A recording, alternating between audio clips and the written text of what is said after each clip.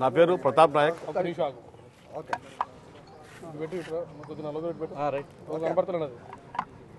నా పేరు ప్రతాప్ నాయక్, నేను లోకల్ కాంగ్రెస్ లీడర్ని.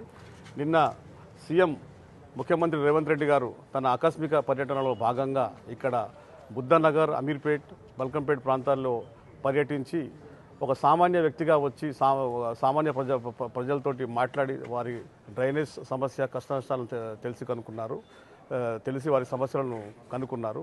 ఇక్కడ ముఖ్యంగా రేవంత్ రెడ్డి గారు ఇక్కడ 15 ఏళ్లుగా ఉన్న ఇక్కడ అమీర్పేట్ ప్రజలు డ్రైనేజ్ వ్యవస్థతో సతమతం అవుతుంటే ముఖ్యమంత్రి గారు తెలుసుకొని ఇక్కడ వచ్చి ప్రజలతో కనుక్కొని మన ఈ హైడ్రా కమిషనర్ రంగనాథ్ గారితో చర్చించి ఇది క్షేత్రస్థాయిలో ఇంకా ఫ్యూచర్లో కూడా ఈ డ్రైనేజ్ సమస్య ఇక్కడ పూర్తిగా రాకుండా చర్యలు తీసుకోవాలని ఆదేశాలు ఇచ్చారు.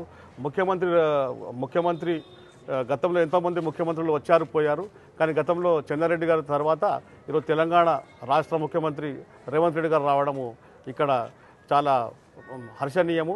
మేము అమీర్పేట్ డివిజన్ కాంగ్రెస్ నాయకులము చాలా గర్వంగా ఫీల్ అవుతా ఉన్నాము. ఒక చూపు అమీర్పేట్ డివిజన్ వైపు ముఖ్యమంత్రి గారు చూడడము మేము చాలా గర్వంగా ఫీల్ అవుతా ఉన్నాము.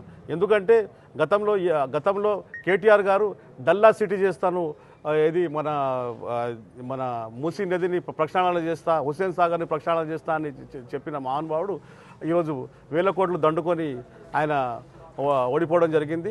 మా ముఖ్యమంత్రి అలా కాకుండా నేరుగా ప్రజల్లోకి వచ్చి ప్రజాపాలన అనే ఒక ఉద్దేశంతో వచ్చి ప్రజలతో తెలుసుకొని ఒక్కోసారి అధికారులు కూడా తప్పు చెప్పొచ్చు, అలా అనే ఉద్దేశంతో ప్రజలతో వచ్చి చర్చించి ఇక్కడ ఉన్న డ్రైనేజ్ సమస్యను పూర్తిగా నిర్మూలిస్తారని మేము ఆశిస్తున్నాం.